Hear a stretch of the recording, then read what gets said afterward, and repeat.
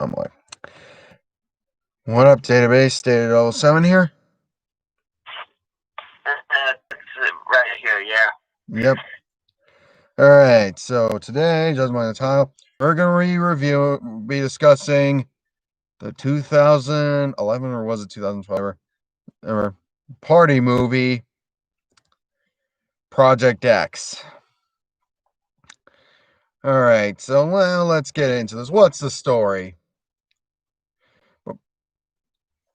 Alright, let me pull up the cast list here.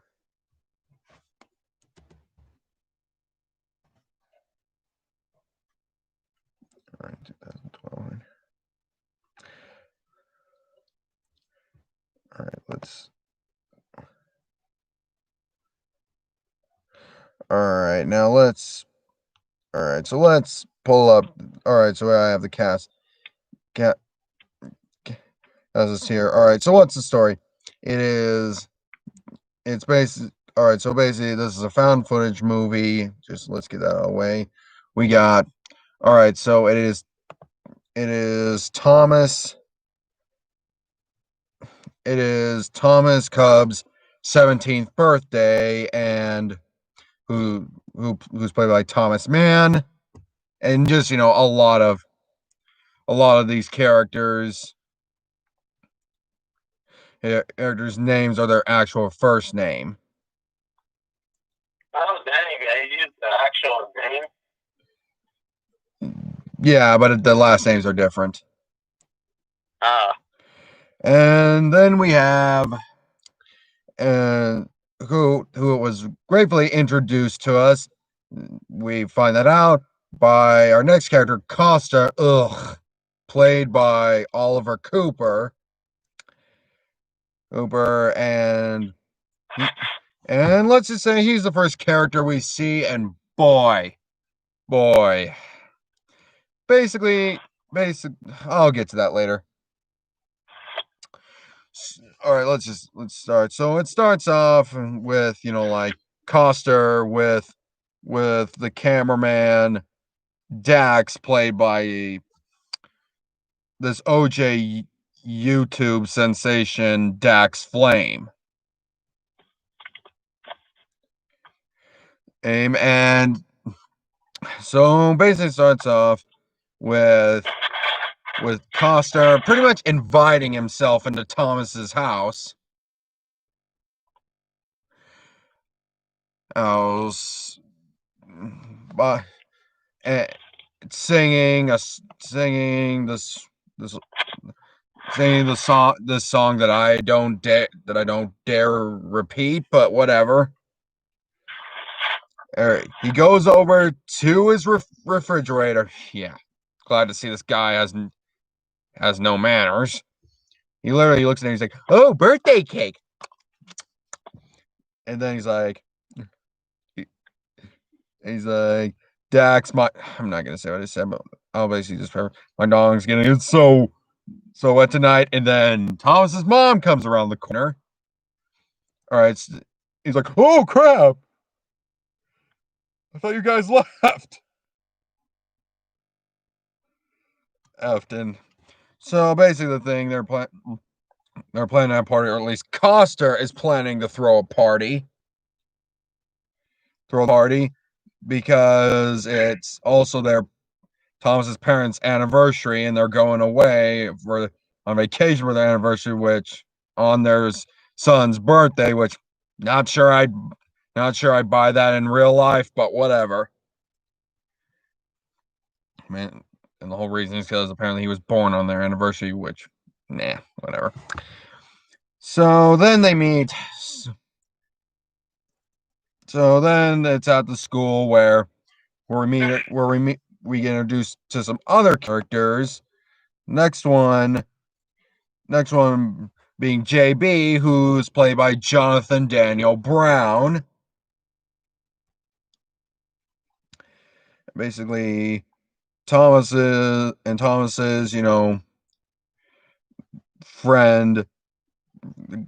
female friend named Kirby, played by Kirby Bliss Blanton.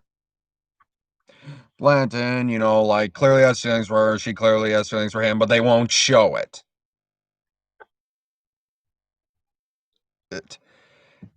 And then, yeah, there's really not too much with the story. So they basically, Coster is basically pretty much just basically, you know, like talks Thomas into throwing this huge party, you know, even though Thomas made Coster agree to only have 50 people at max. But what does Costa do? He texts almost everybody in the school, puts it on the party invitation on Craigslist. And yeah, I'm just going to get this out of the way right now. Costa is the worst thing about this film. If everything, pretty much everything that goes wrong in this film is because of him.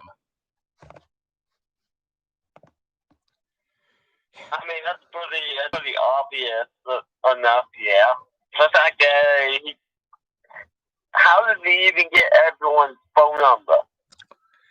I don't know. Plot convenience. But yeah, you also gotta remember he was going around for school doing it. He was just going around for school saying, "Hey, party at Thomas's place, 8 p.m." He even ended up changing the sign. Yeah, he goes great lengths for this. And also, Costa is basically that you know, like toxic, you know, controlling best friend that some of us had in our youth. Oh yeah, he was definitely stuck in his youth days, especially back in Queens. He would always bring that up. Oh man, back in Queens, we used to do this. Ugh, but from judging how he is, I highly doubt it. And he's just a loudmouth. But if he had it, and also him coming from Queens, he comes from Queens because of course he does. And another, sorry, I'm ranting about Costa, but this character is just the worst.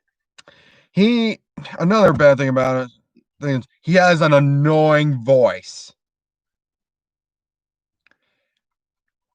And apparently one of the critics said when he was talking about Coster was that he was the most annoying character since Jar Jar Binks. I mean, that would have been a good comparison if we personally, if me and Pitt personally had a problem with Jar Jar Binks to begin with. We didn't. Yeah, newsflash. We don't think Jar Jar Binks was that terrible, do we, man? No, there are way worse characters out there. Yeah, I can talk about Jar Jar Binks another time, but either way. Right, so basically most of most of the plot after this, nothing really happens, but then, you know, like around showing up fashionably late, a bunch of people come to this party, and I mean to an unbelievable extent.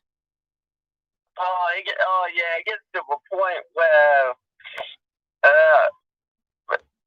they have to call the cops and everything. Oh yeah, and let's talk about this for a second. One neighbor who has a wife and baby at home, he actually comes to tell him to shut it down. But what does he get in return? He gets tased and assaulted for it by these two 12-year-old bouncers, if you can even call them that the Costa hired. But these guys are in high school, aren't they? How did they manage to hire a couple 12-year-olds?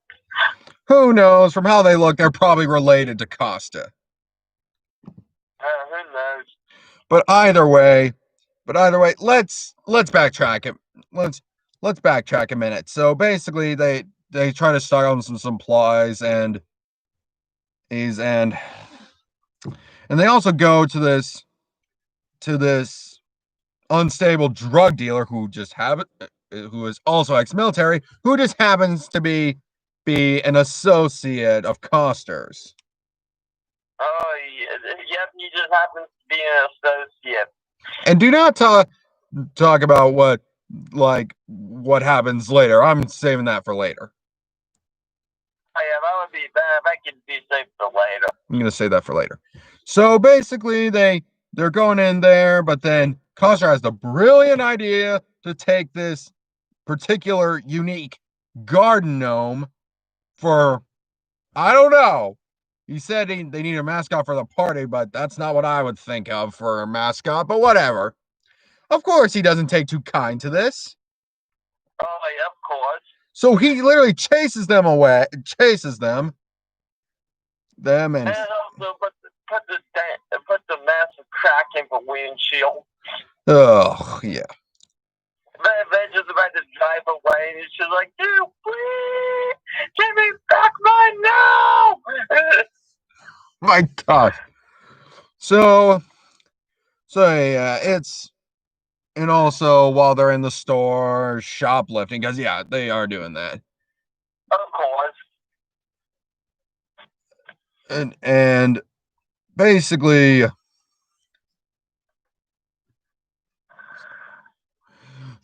and so they run into, I don't even know. Basically, they run into this guy Miles Teller, who was played by Miles Teller. That really is his name, and he's kind of playing himself, but yet he kind of isn't, because in this one he's just a college student who brings a majority of the guests. Oh yeah, they're having that weird conversation and everything. Right where the cashier's listening, and she's like, "Hey, yo, you're gonna put stuff for a party and everything." Oh my gosh! So basically, and so also, and another one I forgot to mention. There's also this other sort of love interest or whatever, who's a popular girl named Alexis, who's played by Alexis Knapp.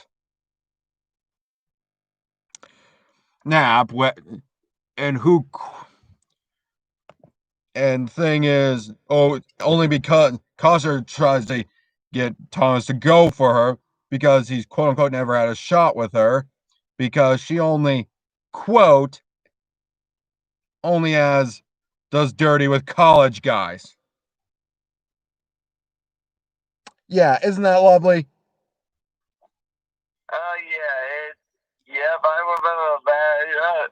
Here that she only does college guys. Okay, whatever. So, and so basically, once the party starts, it's really just nothing but an endless scene of montages of things getting destroyed, drinking, doing drugs. It's just basically crappy dubstep music.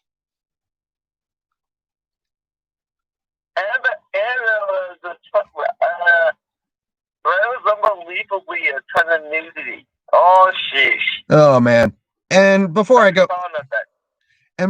any further, even though this involves high school kids, why didn't I consider it for my, adult movies where kids are the main focus marathon? It's just because I didn't consider this movie one of those. It's because all the actors in this film were of age, over the age of 18 when they did this movie. And yeah, they actually were 18. I've done the research. I kind of figured they were, considering the type of material that was. Oh yeah, absolutely. So basically, and of course, there's a point where Thomas is getting stressed out, and so Coster pretty much forces him to take ecstasy. Oh yeah, man! It's like, hey man, you getting stressed out? Just take this drug. Just take it.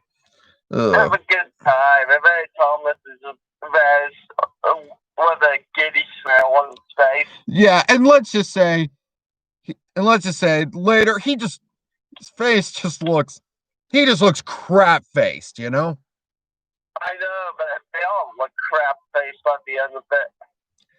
Yeah, and so, oh yeah, and then there's a point where, you know, like, cause it pretty much sets up for him to go get Alexis, which then they have later down the line, they have a sexual encounter, which Kirby walks in on, and you of course pisses her off. And then Alexis gets pissed off, and they both storm out. Ugh. I mean, I'm pretty sure that's when you should just lock your door, probably. Probably didn't think to lock the door. Ugh, and somebody's filming them having sex, because why? Yeah, of course someone's filming them, of course. Because why? Yeah. And there's, oh my gosh, this is...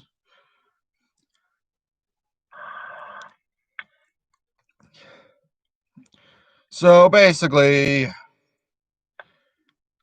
as the night carries on, police have to start showing up because it's getting completely out of control.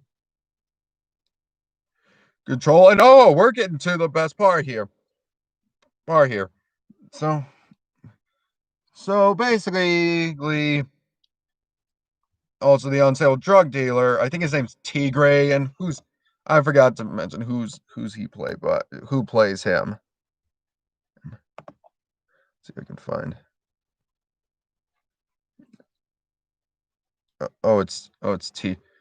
It's T-Rick, who's played by Rick Shapiro.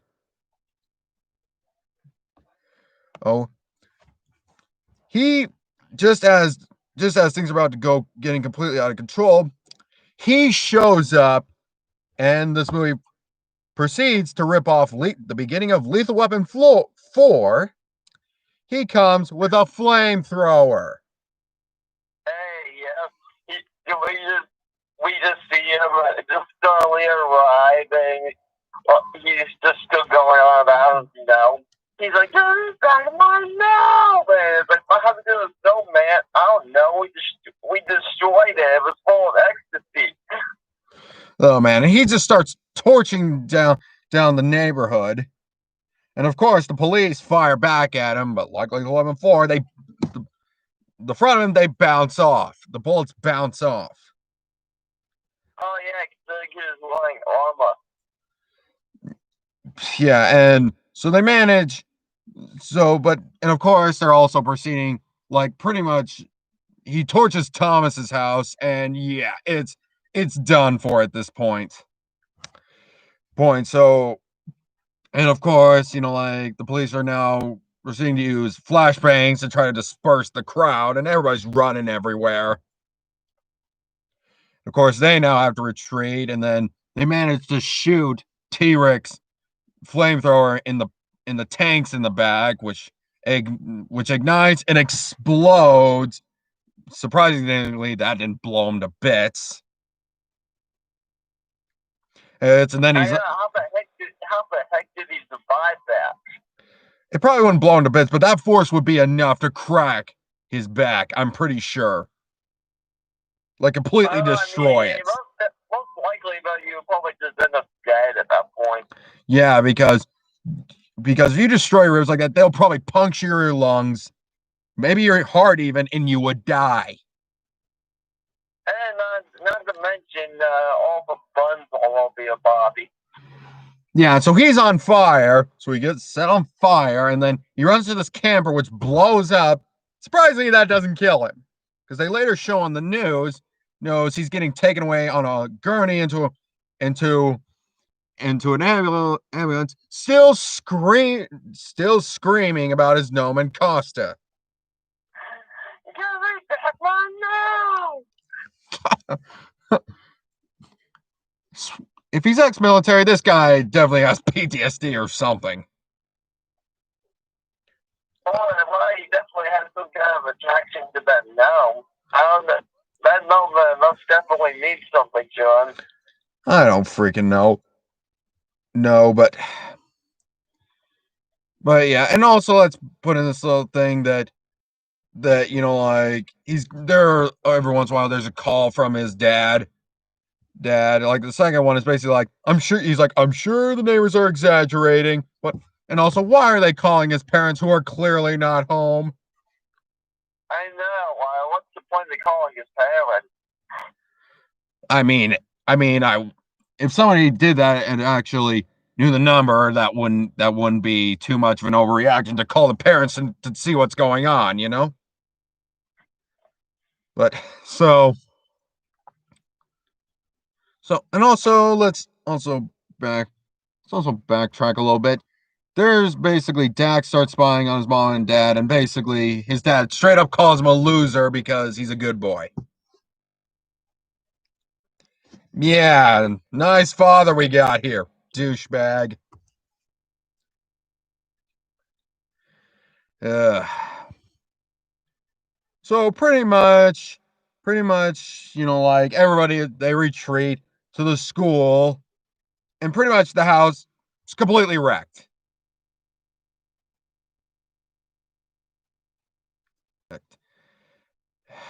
And I mean, it's completely destroyed.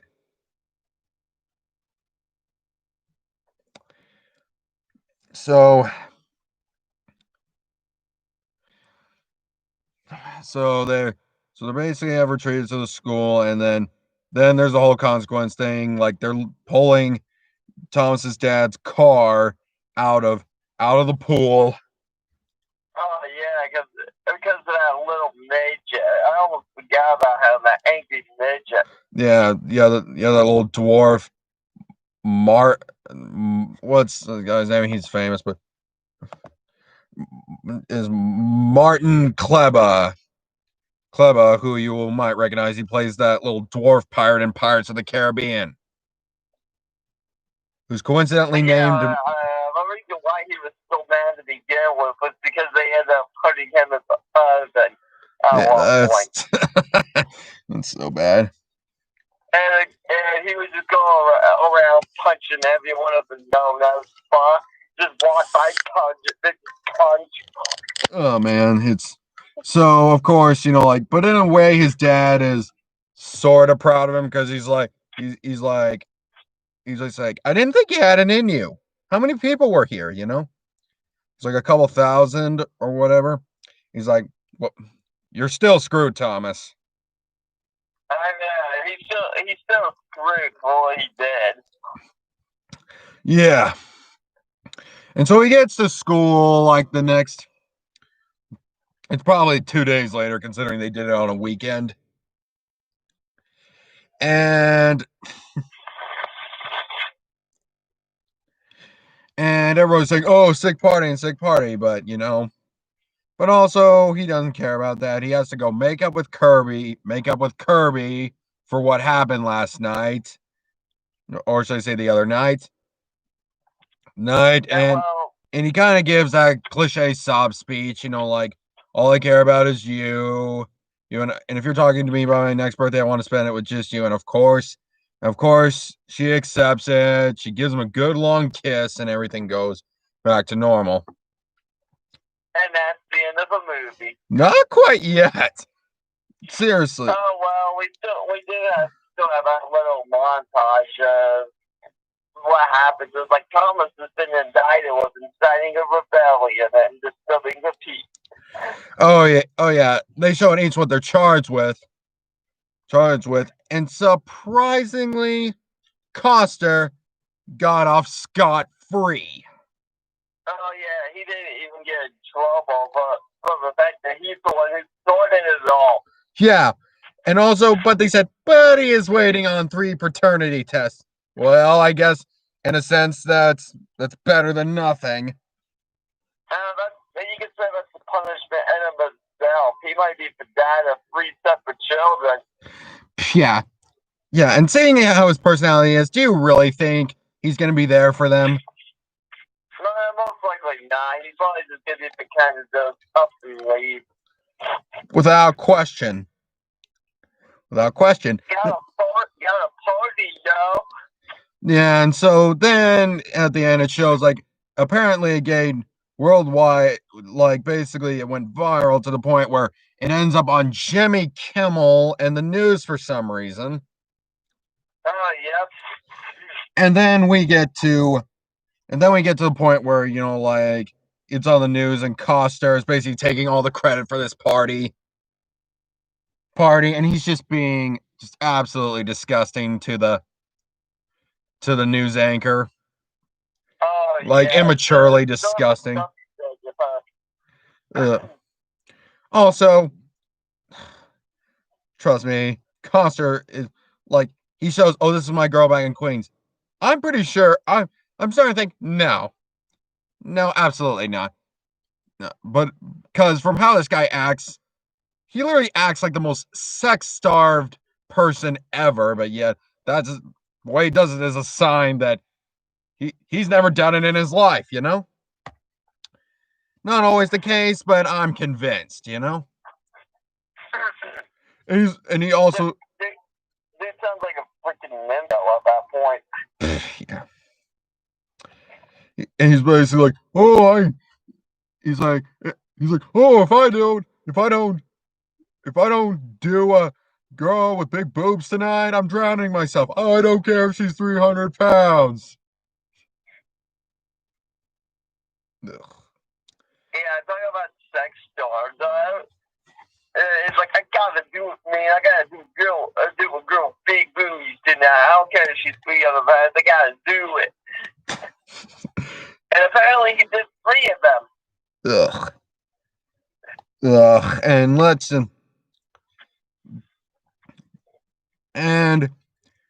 also there's this thing with Dax, the cameraman, saying, oh, I live alone. And he ended up, and then his point was, he's being investigated for his parents' disappearance. He's like, he still lives alone. It's like, I wonder what he did. If he even did. Did he do anything, or did his parents just decide to up and leave? Or if he did anything at all, I don't know. And he's just kind of like this creepy goth cameraman. It's just like, goth cameraman. It's just like, what? I know. Once he brought that, even Costa got freaked out. I was like, oh, I live alone. And Costa's like, dude, just trying to freak me out. Yeah, and also Costa's, dialogue. He also says a lot of, but trust me, he says a lot of words that, just so you know, at least where we live, young people still talk that way. Like, this is literally said, forgive me for saying this, but this is literally his response to Dax not drinking alcohol. He's like, oh, I don't drink alcohol. He's like, okay, faggot.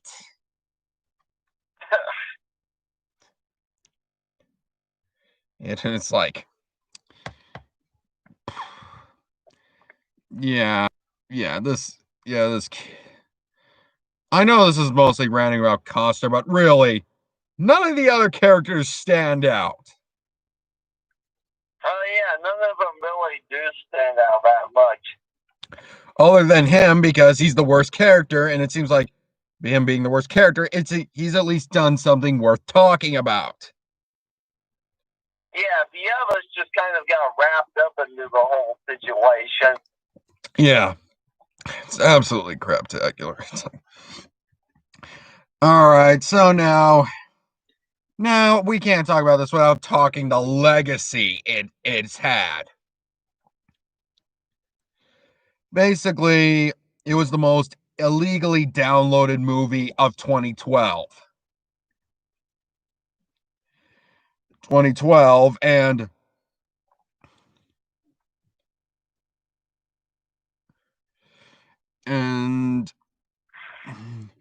And also, it also inspired some imitators to the point that where they have to put a disclaimer also both within movie and on the home video packaging, which I don't know why you should have to do that anyways, considering you shouldn't have to sue like a movie company because they were inspired by the movie to do that. You chose to do that. The movie didn't make you do that. You chose to do it. Yeah, man, everyone was like, oh, they tried to mimic the stuff they saw in this movie, I'm gonna sue you. I mean, no, I'm pretty sure it's just the fact that kid was kind of stupid. Yeah, and also let's not mention some of these party imitations. One of them ended up with one person dead. I mean, I can see that. Yeah, and yeah, that it gained an infamous reputation for that. It was a hit with younger audiences, like mainly teenagers, but critics hated it. Now, where I stand on it, despite all that's bad about it, I actually was entertained by it. It's not something I'll come back watching over and over, but yeah, it's good to watch every once in a while.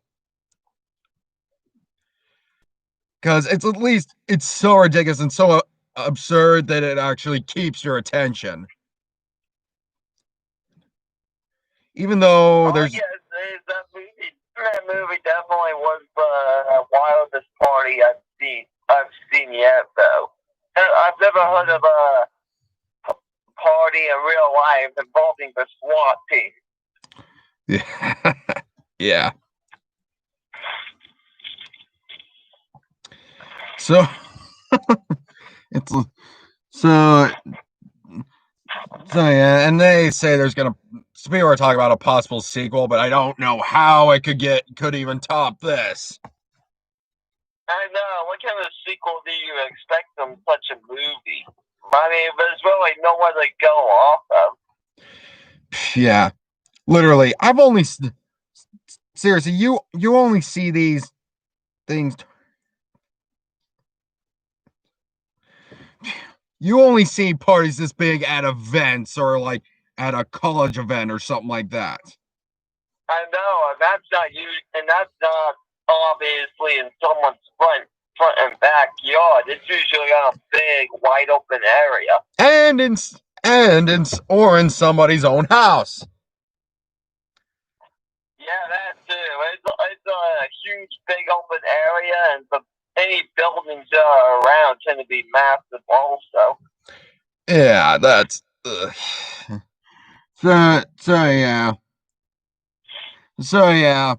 I can see why it was a hit with like younger teens, but honestly, as an adult, while entertaining, it doesn't really do much for me now. Heck, with the kind of kid I was, I don't think it would have done anything really for me back then either. And considering the fact that we weren't really those kinds of people. Oh, are you kidding? Knowing you, like, say, back when you were like 15 or 16, you would have ate this movie up, man. Oh, okay. Back in that time, yeah, I would have. Yeah, but as adults, it doesn't really do much for us now, but otherwise, it's kind of a time waster film, but it's at least a fun waste of time. Like on Deadly Ground, I wouldn't call this one a guilty pleasure, but basically it's in the same realm as like On Deadly Ground, where like it's stupid, but it's at least fun to watch, every now and again. But yeah, all I can say is as far as recommending this film, first off, I'm going to ask you, would you recommend this film?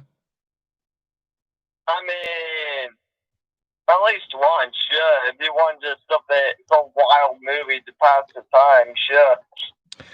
I'd say if you want to buy this film, go online. I'd say if you can find it for less than $10, go ahead and purchase it. Any higher price, I would just skip it. But anyway, well, everyone, thank you so much for your patience. I've been pretty busy these past couple months, but hopefully we can get back into the swing of things. And I have nothing. I don't know what my next discussion was going to be, but you'll know when you see it. Well, everyone, that's it for now. Thank you so much for watching, and we'll see you in the next video. Goodbye, everyone.